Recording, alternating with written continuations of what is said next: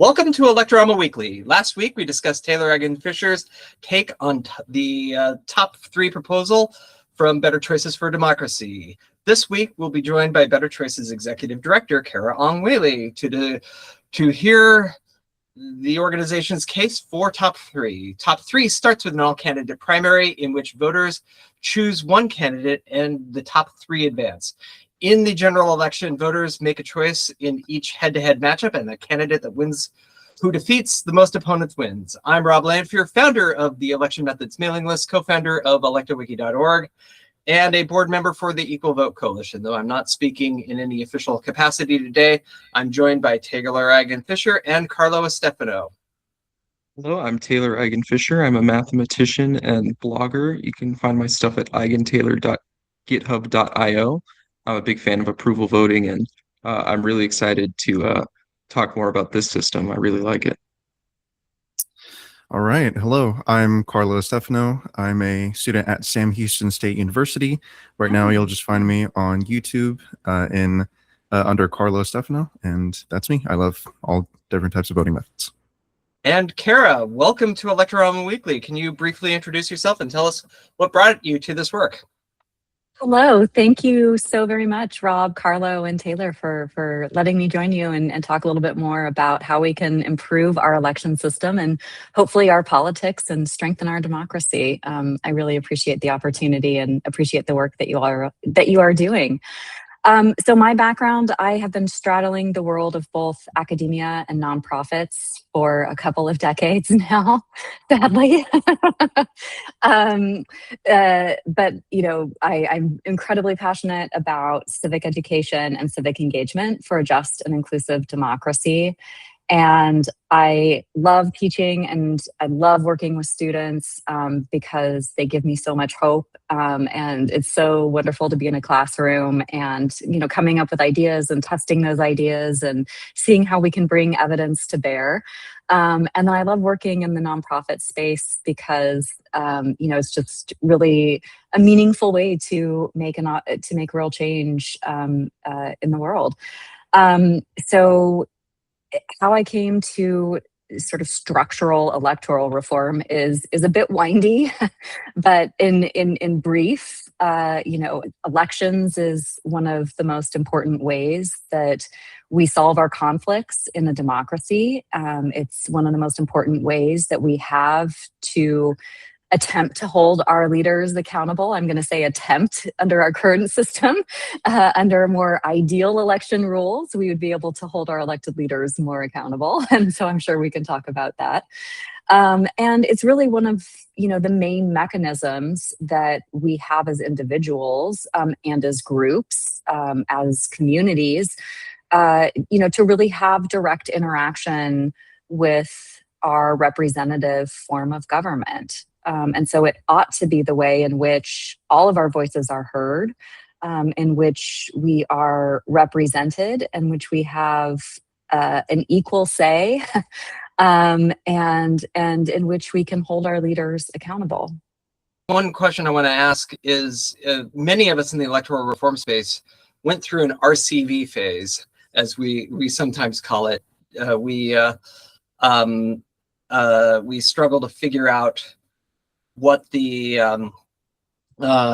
we initially get very enthusiastic and are surrounded by folks that are enthusiastic about it, and then over time we start realizing some of the problems, and and then somebody from one of the other organizations hooks us, and then we convert to the dark side, so to speak. So what did you go through an RCV phase?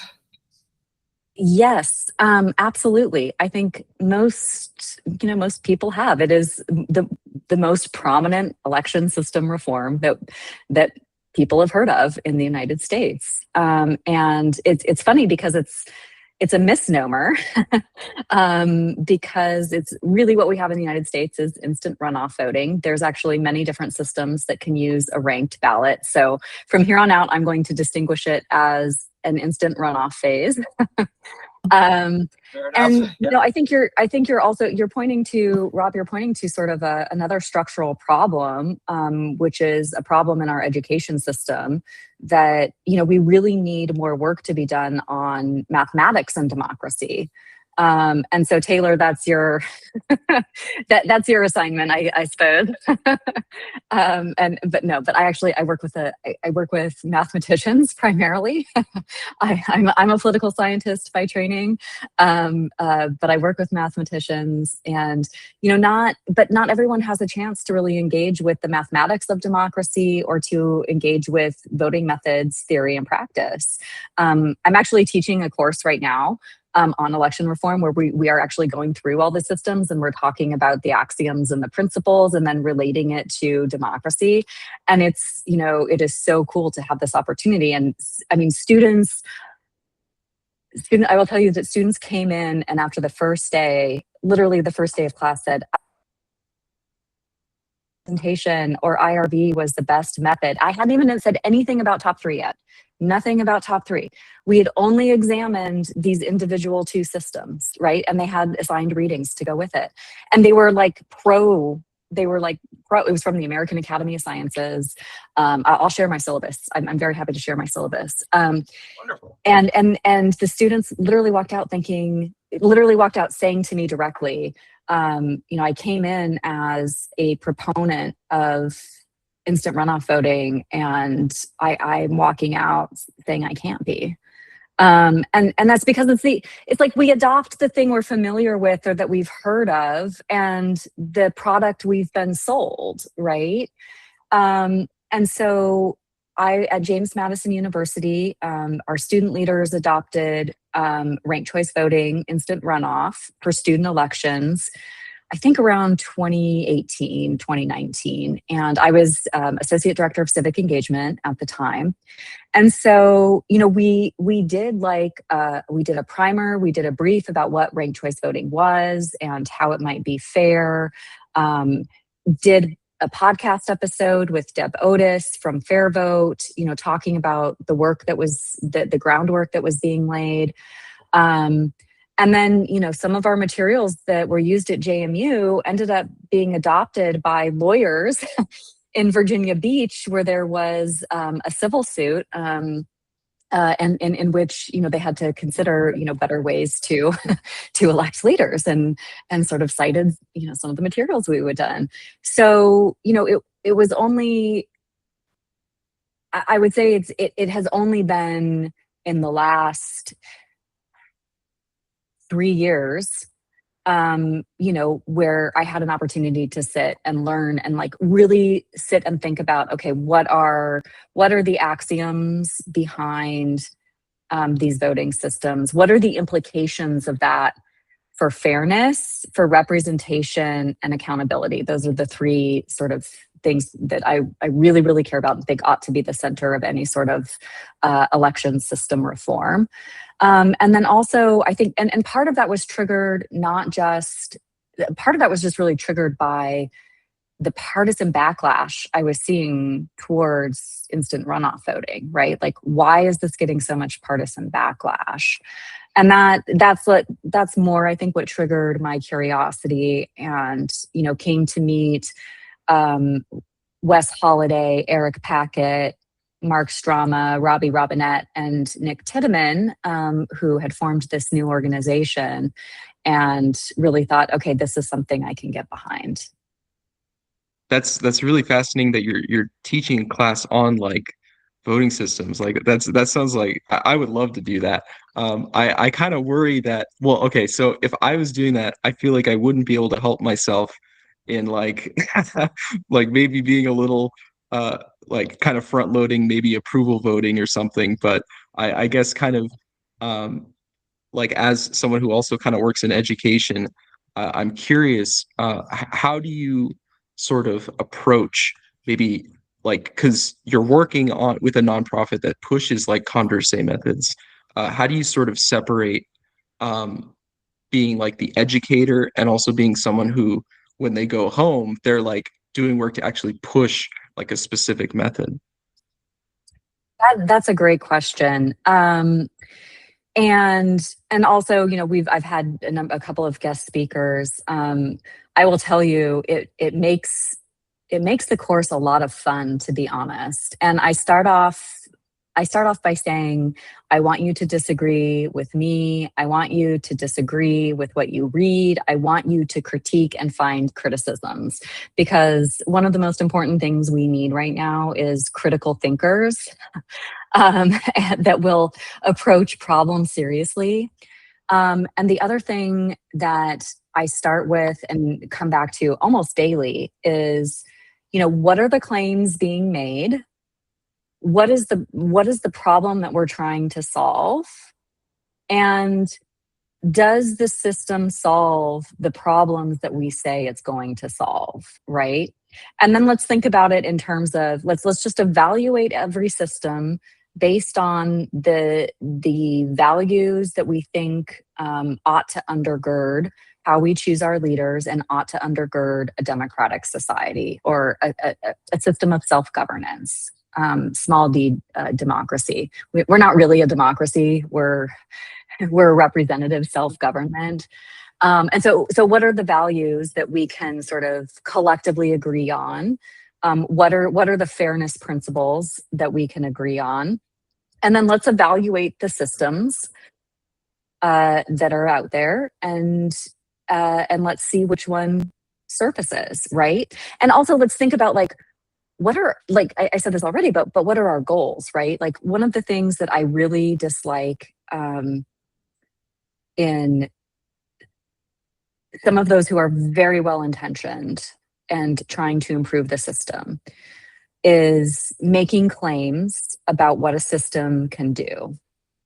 And so one of the things that I also try to do is separate out, okay, what is it that an election rule can fix? And then, is there a different way to get there, right? Like, is there a different method by which we could actually fix that problem, right? Is the problem actually caused by the election rule? Or is it caused by money in politics? Or is it caused by the way district lines are drawn, right? So how can we attribute, how can we separate causes from the symptoms that we see? And I love to use the word observational equivalence. It's like one of my favorite terms from grad school, that you can observe a phenomenon, but it could be caused by a myriad of different things, right? So how do we know what the actual causal mechanism is? And what evidence would we then go and look for? So in this class, we're spending every day, we have a lab portion every day where, we have to look at evidence and see what actually works, what is actually doing the work here. Going off what you were mentioning a little bit ago about making sure that the system, there's sort of like a causal relationship, or understanding how mechanically things should be potent enough to deliver on the promises that we want to give to voters, to Americans. Let's go into the proposal itself. Top three. Give us your short version of top three, because this is a more unique proposal. This is a kind of like a newer thing that y'all are sort of developing here. So give us your short version of top three.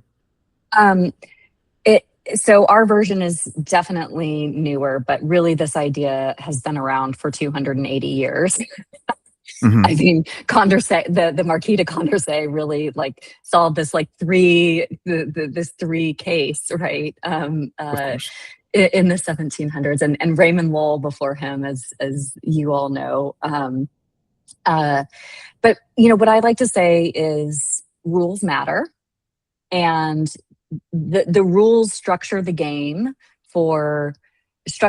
that's played and how the players can play that game, right?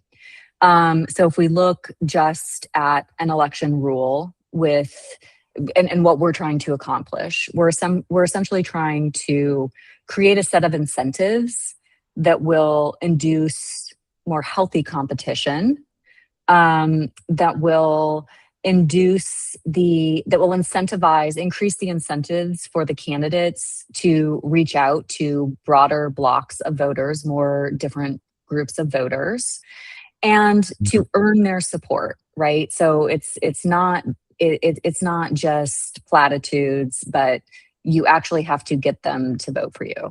And you have to respect them, right? So we think the system will disincentivize candidates to to ignore large blocks of voters.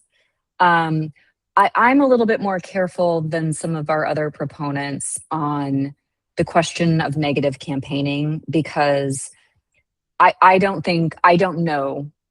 We'll see from empirical evidence whether this solves the toxicity, right? Because there's multiple causes of toxic politics, and the way in which voters have increasingly had negative feelings towards the others. And I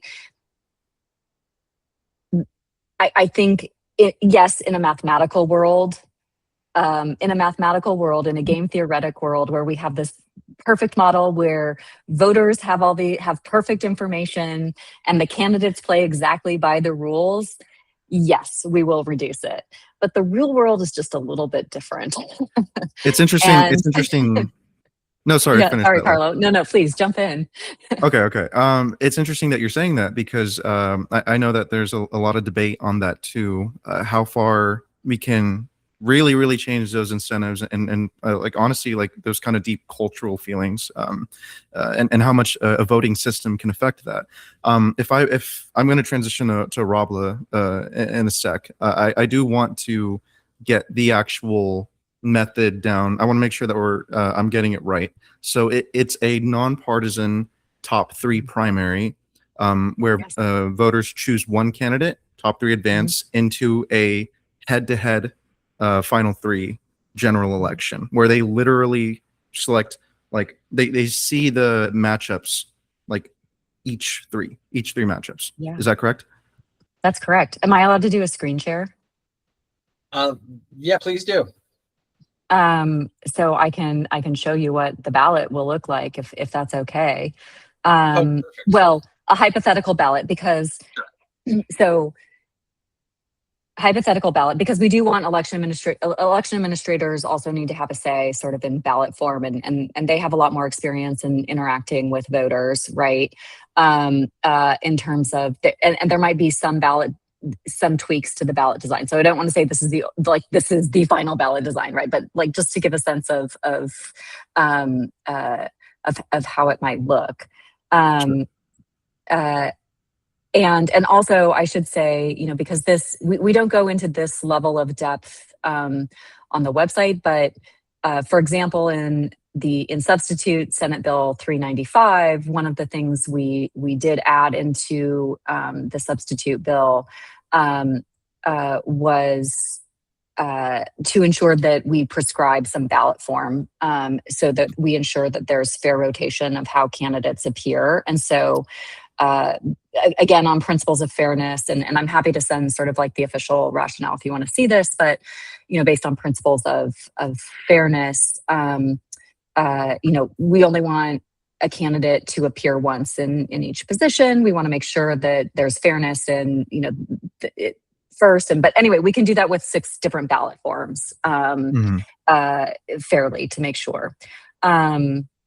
I do think that is also very important. I will say, I know that we have some conversations about that. And I know Australia is particularly notorious for that problem, since there's the compulsory voting. They want to make sure that there's sort of a randomized system going on with the ballots. Oh, can we do another episode on compulsory voting sometime? Hey. Okay, so here's what a ballot might look like. This is on our app. And so you can see that as I'm selecting my preferences in each matchup, it's confirming who I'm choosing in each matchup. And so voters can see directly, the choices that they're making. And we think that this is also a little bit more, it's much harder for people to understand how a ranking on a ballot translates to the head-to-head matchups. This is a little bit more simpler for both election administrators and voters to understand, because we're aggregating the preferences based on how they express their preference directly on the ballot. So the tabulation method is matching what voters see on the ballot. And so that is a large part of the rationale for this, is just the simplicity and being able to translate what the head-to-head means. And so voters have a direct understanding of that. Well, I mean, I think I'll break in with this question then, which is like, it's interesting that you chose I was gonna talk about what you had up, but I'll just.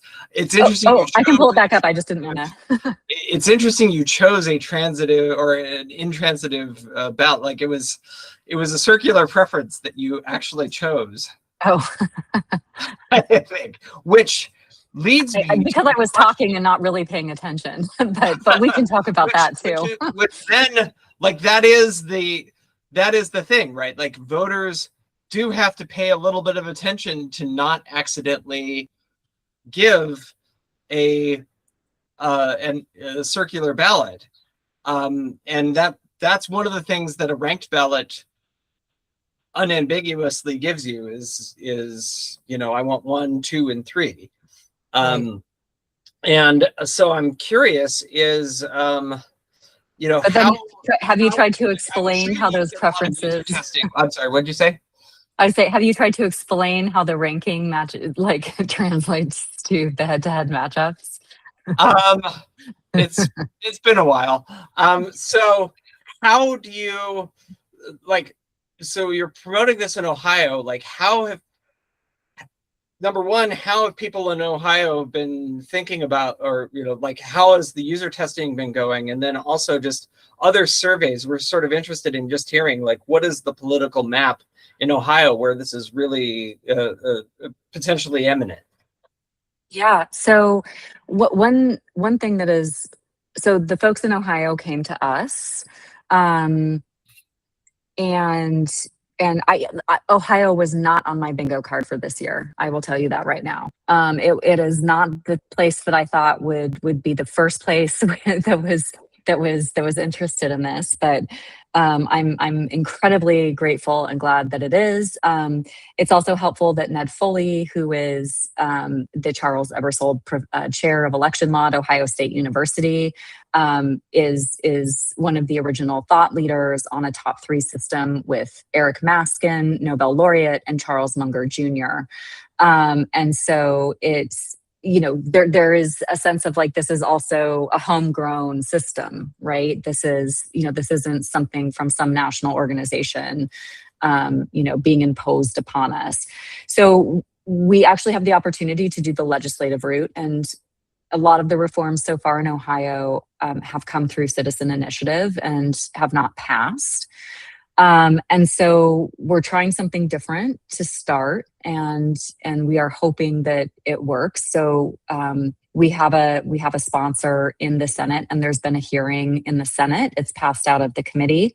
The substitute bill passed out of the committee, and then we're working on the House sponsors now.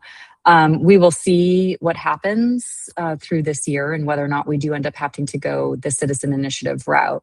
We are, Rob, as you mentioned, we are doing polling in Ohio, and we are finding a great deal of openness, especially among younger voters. And that's sort of true as I've done survey work nationally, and also now in California. I'm going to have some new new survey results coming out in California that I've done with Natalie Jackson at Southern Line Research.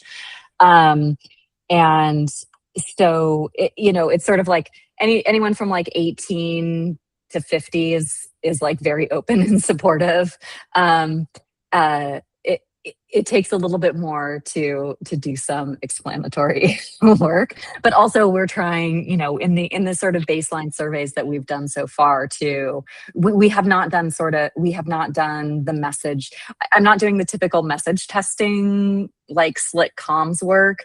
We're testing what problems do you see with the system?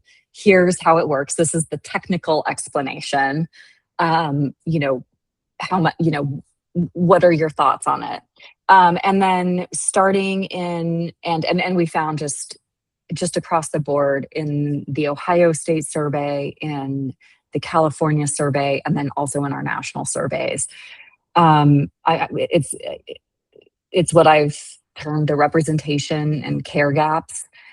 Just that voters do not think that the leaders that the leaders elected are doing a good job of caring about them, or actually representing them.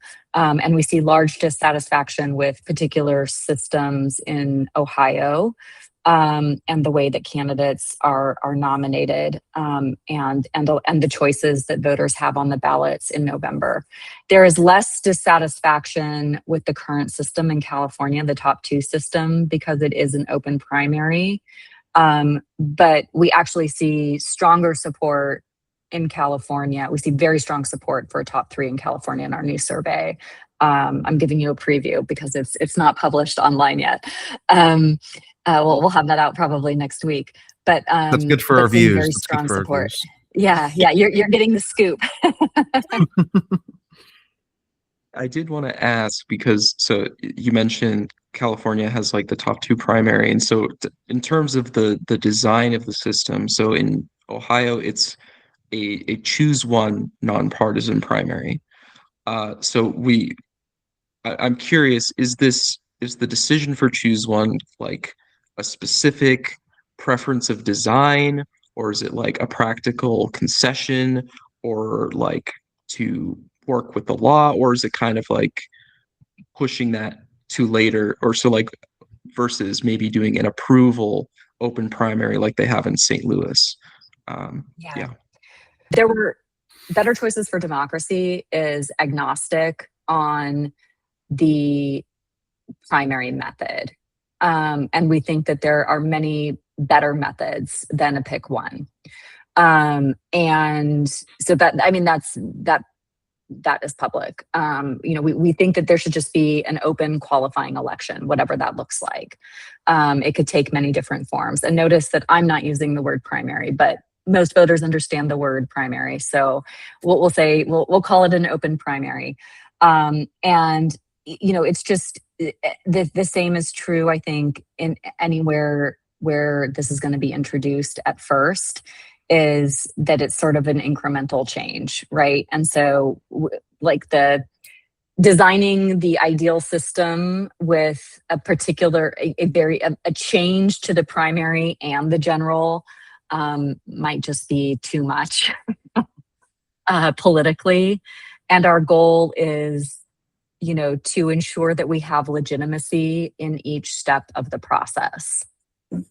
Yeah, okay. It's interesting that you mentioned that, because we've been kind of like working through sort of like having some late night conversations about the choose one choice for the primary. I know that there's actually a lot of people who are a little bit more in favor of that over something like approval voting, specifically because when you have the choose one top three, I think what would the formal term is SNTV, right? When it's in that format, right? Where it's a choose one thing and it goes on for multiple I'm rounds. pretty sure you're correct. Yeah. Carah, you might actually know a little bit more about this than myself, but my understanding is SNTV is like single non-transferable vote. You get one vote, and that Usually somewhat proportional is the benefit of SNTV. Yes, and I know that's SNTV, what the. Sorry, Taylor, go. Sorry. Usually SNTV, that was a system that was used like in Japan, but it's usually like a single round system. So like doing a choose one, like where people advance to the next step, would not technically be SNTV, but it's like similar in nature and how it works. But you don't rank in SNTV, do you? No. So it's still a choose one system, but it's just multi-winner. Right, So, which that's what this is. It's SNTV. It's picking three candidates. Okay. So I guess it's interesting to hear that Better Choices is a little open for the actual primary option, and I also probably I'm personally also attracted to the idea of just like for practicality, for reasons needing to do voter education and whatnot, having to choose one primary, you still have such like a strong thing going on in the general election too. And also you're advancing, you're getting to the point where you're advancing enough candidates where you're able to do a lot with that. The jump from the primary and the general, I know Taylor's mentioned this before, is very important for the candidates, especially being on the debate stage and doing the things. I wanted to ask, so this maybe is probably a bit more of like a California centric question. I guess I should ask more formally, like first off, I should ask, are there, I know there's conversations. Is there any Oh man, you're really trying to efforts? get the scoops from me, Carlo. Yeah. I'm trying to get it down. You want the Let's inside see. track. Yeah. And you're in Texas.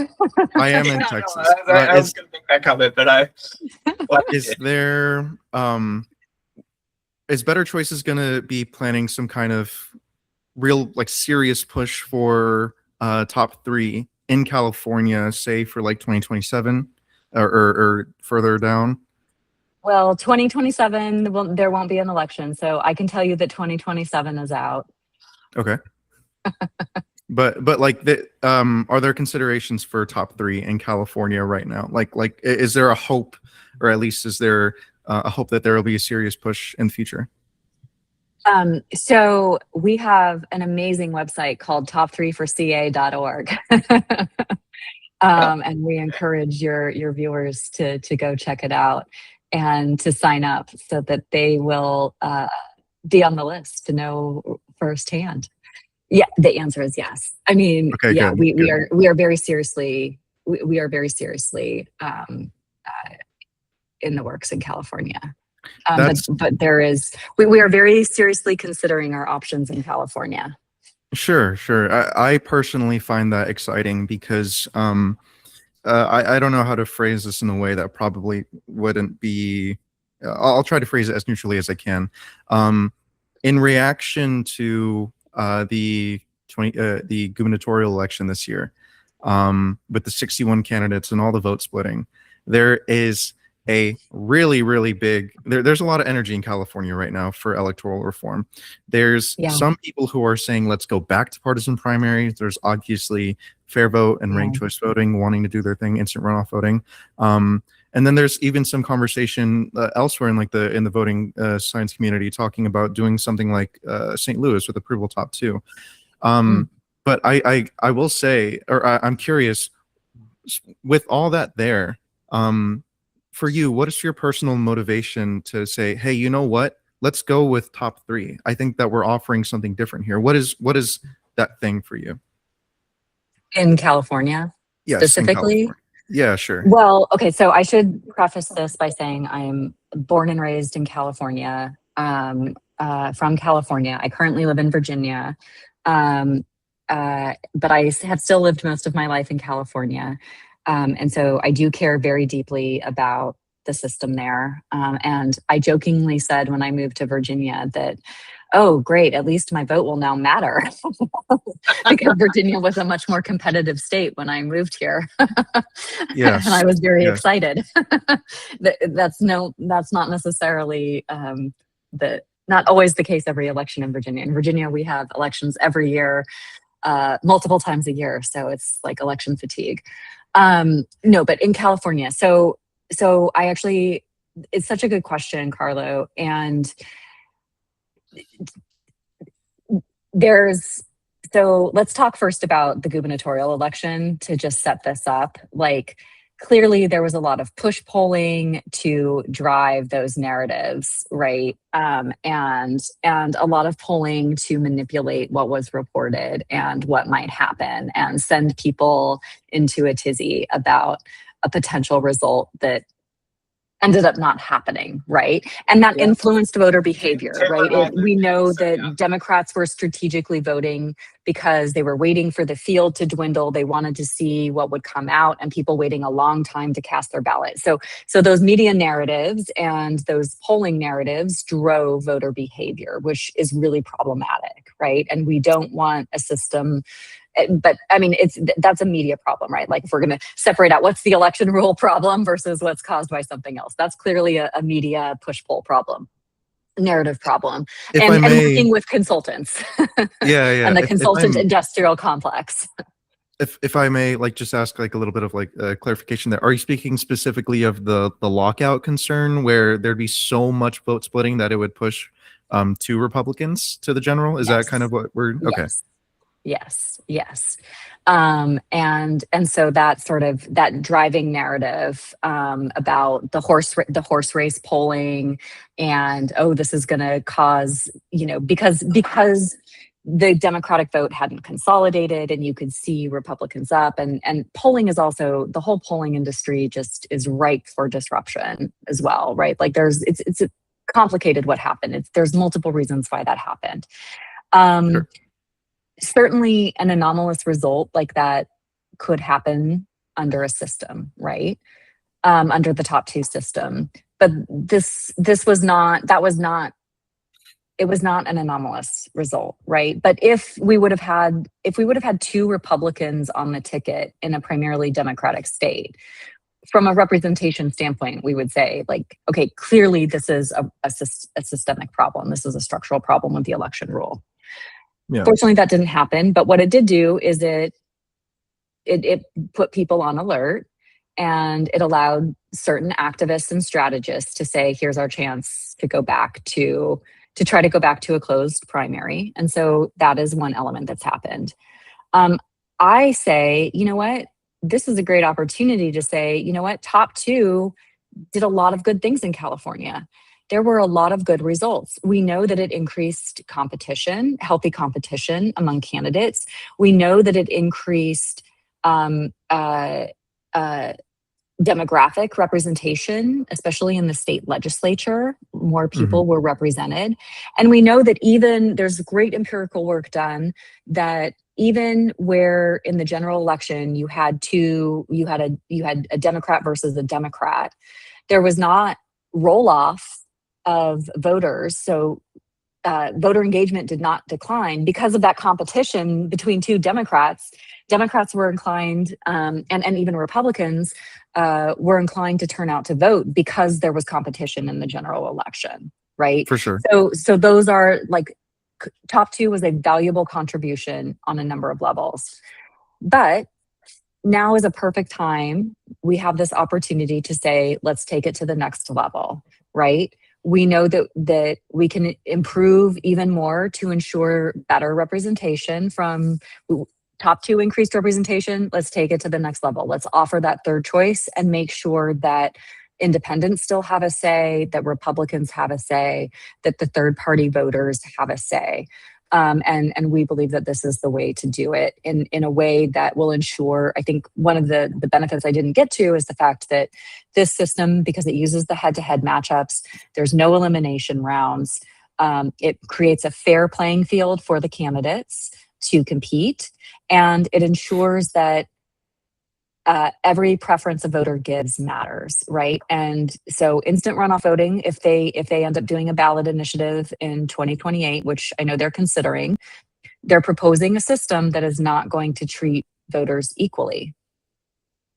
Sure, yeah. Plain and simple. And it's not going to do anything. It is not going to, because of the elimination sequence, it's not going to really create competition for a third party candidate or an independent candidate. So if you're like pro-independent, I don't know why you're going to, the two parties are still going to dominate in an IRV system. Yeah. Wait, Taylor's agreeing so much right now. This is like, yeah. Well, I'll shut up and let Taylor take over. It actually votes in an IRV system here in San Francisco, and so I'm living the dream here. One of my here we go. that I bring up is is the 13 candidates, 10 ranks for mayor. Like, this is Yeah, no, we can't do direct we can't do head-to-head matchups for 10 candidates directly on the ballot, right? Like, you can do it with 3. I think it'd be a push to do it for 4, but you definitely can't do it for more than 4. But 3 we can do. It's reasonable, Yeah. but not for a 3 10 hits candidate that. race. And think that's crazy. Or a 13 candidate race with 10 rankings. It Well, hits that sweet the spot thing though. that drives me nuts about what we did here in San Francisco is like it was done to save money on the primary, and yet like we have to have these huge voter guides to like for people to know what to do in the general election, right? Like the general election should hopefully be a little bit simpler for voters. But instead, we just have these insane number of candidates all packed into a single primary. So, yes, blah blah blah. I'll get off my soapbox now. But No, please. well, Carah, we can talk all day. We shouldn't though. So, thank you very much for joining us. We'll put all the links in the show notes and on in the video itself. And so the Electorama monthly newsletters are at electowiki.org/wiki/Electorama news. Corrections and tips can go to news@electorama.com, or you can edit the newsletter directly. And I'm Rob Lanfear. I'm Taylor Eigenfisher. I'm Carlo Stefano. Very excited for top 3. Thank you all so much. And be sure to put Taylor's new piece, link Taylor's new piece too. It's terrific. Thanks so much, Taylor. Oh, no problem. All right. And thank you for watching Electorama Weekly.